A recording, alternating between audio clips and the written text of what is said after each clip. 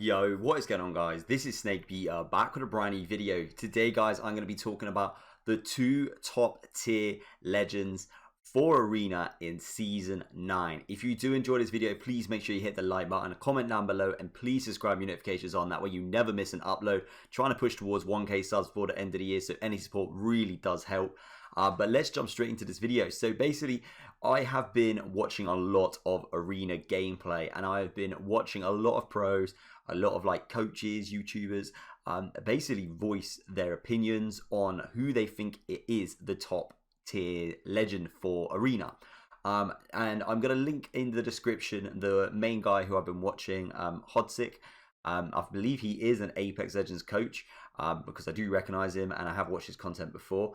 And I was watching this video and he went into so much depth of his tier list for the Arena mode because he was lucky enough to be able to play the actual beta, the early access, I should say, sorry. And yeah, I'm just going to go through the two legends. I mean, he did put 4 legends in the top tier.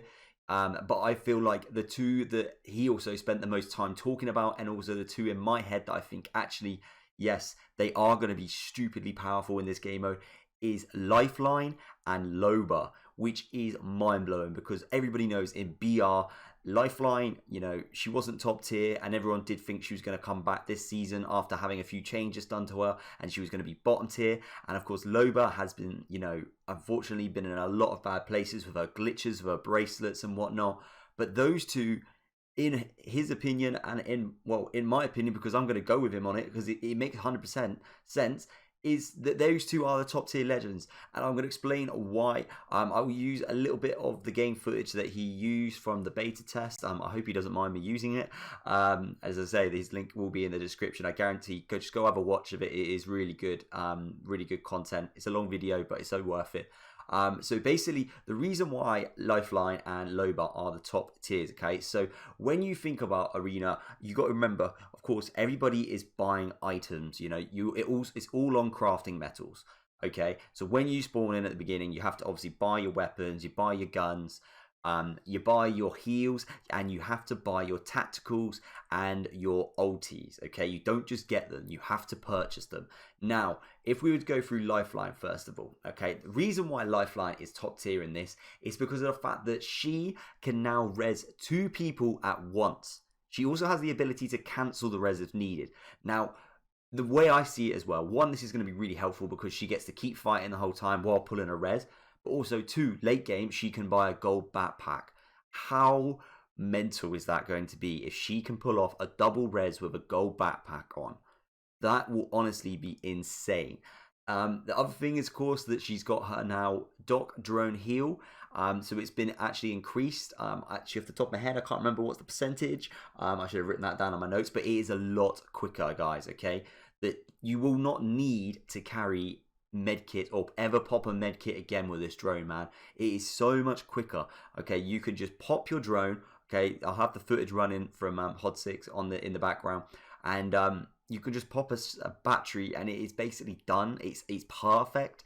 And this is the main one, which is the main reason, and it is because the Lifeline's ultimate, okay, will always drop a blue tier gun. Okay, now to purchase her ultimate, it costs 400 metals. When you first start the game, you have 550. Okay, so you get 550 metals, and then your ultimate for Lifeline costs 400.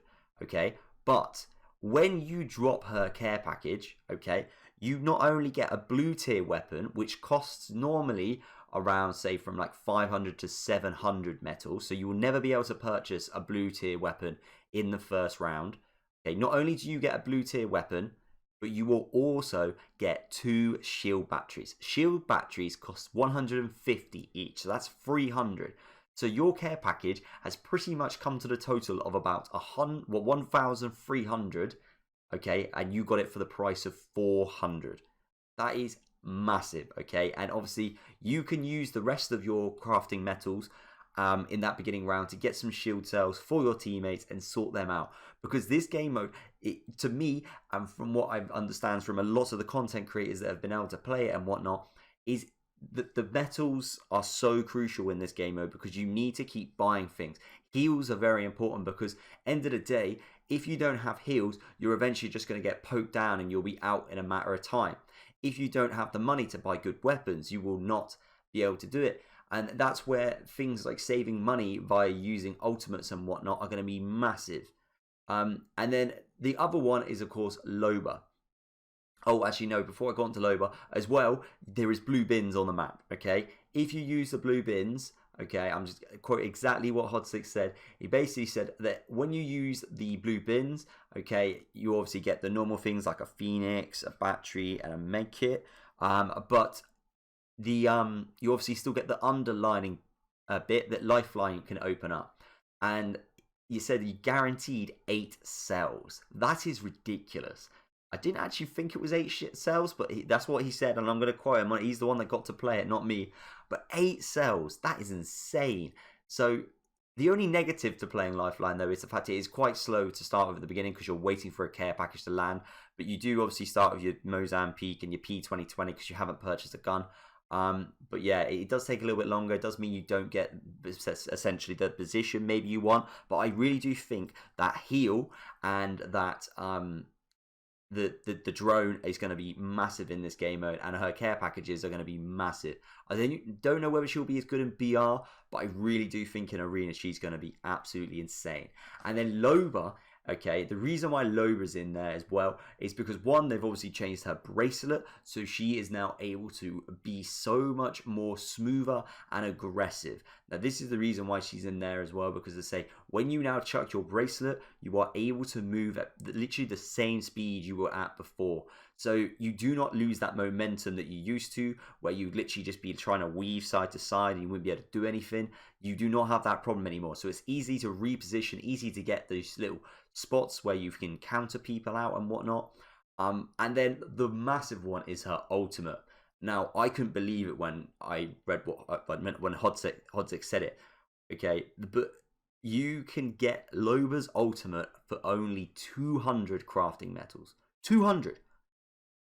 Bear in mind, Lifeline's costs 400. Now, Lifeline gets more from it, but 200 is insane. Okay, now that means, one, you can obviously put it down. You can loot the bins there's access to 2 bins, so you can obviously get the Phoenixes and the shield bats out of there, which obviously Phoenixes you can't buy on the shop, but batteries, as say, cost 150. So you'll be able to grab hold of them, meaning you can save on heals and more focus on your gun. But the other thing as well is, of course, you are able to loot the care packages that get dropped. And also, in my head, I've also thought about the fact that you can counter Lifeline. So when Lifeline drops her care package, if you time it right, you might actually be able to steal her blue gun, which would be absolutely nutty, because if you think about it, that means Lifeline doesn't have anything else apart from a P2020 and a Mozan. So she could be a massive counter to Lifeline. And as Hod6 said, he said that he reckons Loba is actually better than Lifeline.